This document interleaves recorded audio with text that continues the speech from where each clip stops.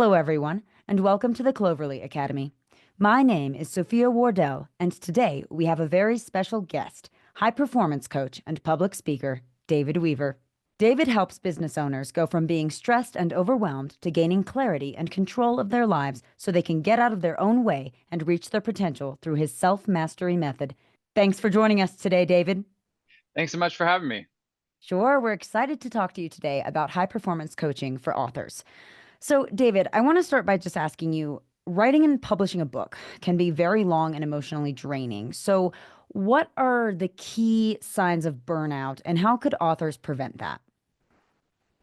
Yeah, this is kind of a tough question to answer, and I'll just preface this by saying all of my answers and everything that we talk about today, I believe so much in like individualizing, and so this may not be the exact right thing for you. So I'll try to talk in principles and share some ideas, but for burnout, obviously, if you've lost that energy, you don't have that drive, you don't have that passion anymore, and you just feel like you're not excited about doing the thing that you set out to do anymore.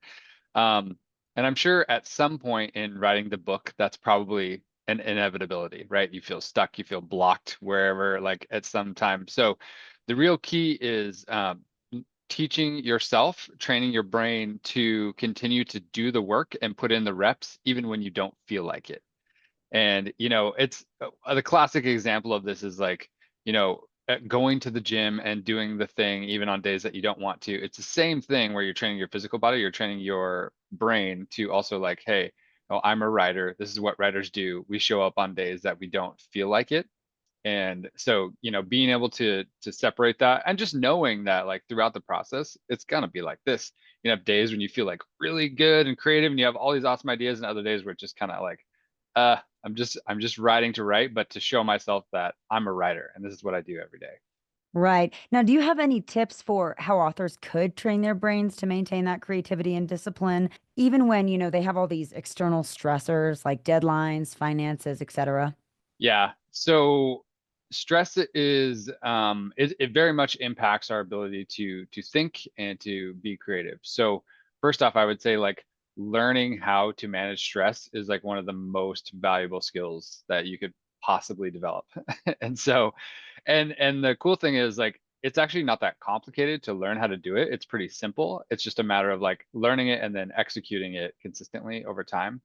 But I would say just the simple thing of like, even if you're stressed, even if you're feeling pressure, to still just to show up and do the work and maybe and don't make it mean anything that it's not your best work that day, right? If you're like, oh, this isn't great that day, but you still sat down and whatever time you had allotted, so let's just say like you have a half an hour. And so you just sit down and you do the writing anyway, even though all these other things are going on.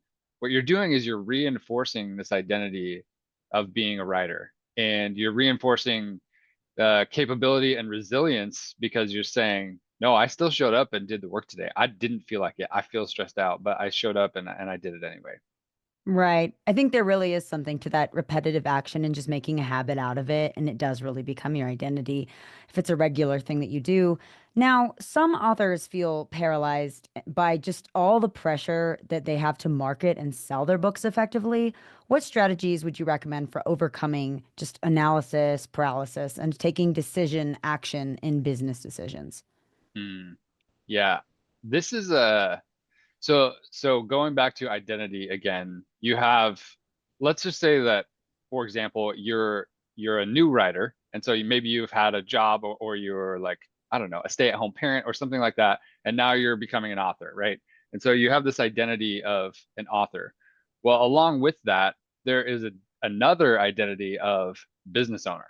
And so that's a totally different thing, and that means that you do different things than you've ever done before, and they're not even tied to the craft, to being an author and writing, right? So there's this whole different hat over here now. So you can either choose to take that on yourself, or you can delegate that to somebody else. So I'm a fan of like, I don't know if you've ever read, but there's a great book, it's called Who Not How. But basically, like, find the person that's very gifted in the thing that you don't know anything about and empower them to do that for you, because it really is like two full-time jobs to be an author and then to market the book.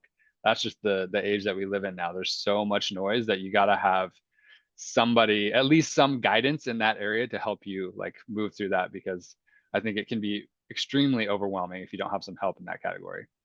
I think that's great advice because also authors are creatives and you can't always do every aspect of your business, especially if you need the time or that you're, say, an introverted person and you're not necessarily great at selling yourself.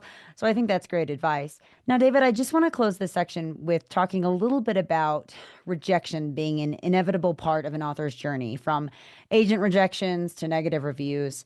How could an author build resilience and not take criticism personally? Yeah, I think one, what is the source, right? Like choose, like pre-decide ahead of time who you're going to allow their advice to like actually mean something, right? And I think you could just draw a pretty, I mean, maybe not a like super concrete line, but pretty solid line in the sand that like the internet doesn't get to decide. And I Right. mean, if you got like a whole bunch of negative reviews, then yeah, maybe that is tough and a hard pill to swallow. And that maybe that means you need to get better at your craft and work on it and like improve so that, more people like what you're working on. But for the most part, I would say like that's not really what's happening. It's more just like there's some haters out there and those can really sting.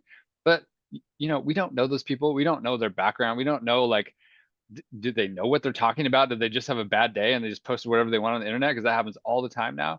So I'd say, find those people that you trust to give you honest feedback and allow that to be part of the process, and it's all about perception. Everything is all about perception. So if you think about getting that feedback and you solicit it ahead of time to give you constructive feedback or tell you, hey, this isn't good or whatever from somebody that you trust, then that's going to allow you to grow and get better and have resilience around that because you're inviting it in. It's kind of, when you just have that outside comes at you from left field and you're like, oh man, that really stings. But if you build it into part of your process, then it's going to sting a lot less. Right. Well, David, thank you so much. That was wonderful insight on high performance coaching for authors.